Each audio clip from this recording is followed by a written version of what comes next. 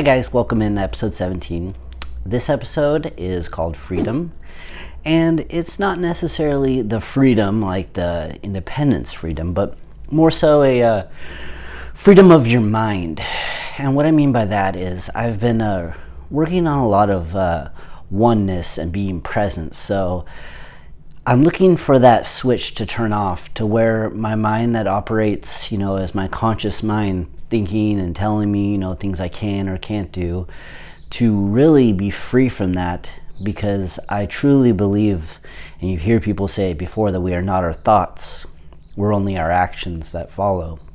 And the beginning of freedom is kind of the realization that you're not the possessing entity, meaning that voice in your head that tells you things, that tells you either society says this, religion says this, or whatever that thing that's dictating, your daily life, is not really what controls you and who you really are.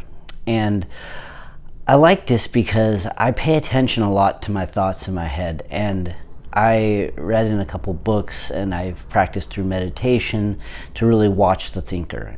And that means I'm very cognizant of what those voices are, and I will watch them and listen to, how my inner voice is telling me to look at things, perceive things, whether it's fear or excitement or even preparation.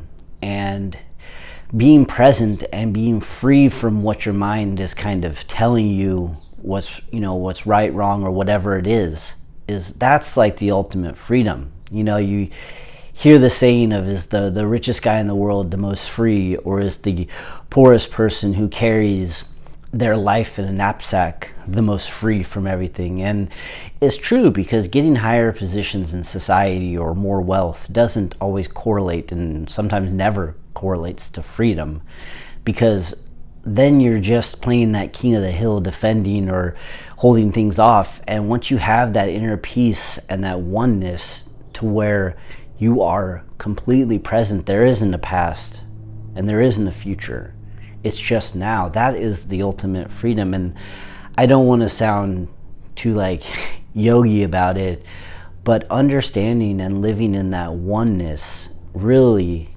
is clarity for what freedom is.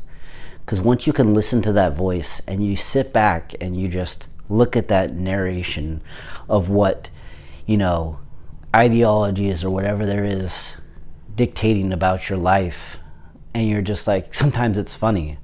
Sometimes I hear the voice in my head telling me I can or can't do things, and I'm like, that's silly. That's not who I am. I've done different things like that, or I've done those things. So anyways, that's the ultimate freedom, is being able to go past that subconscious or consciousness and live in that presentness, that state of enlightenment. And super exciting, and it's kind of what I've geared my meditation and prayer and just my walk with God, even just to be present and be free. And so that's just what I wanted to talk about.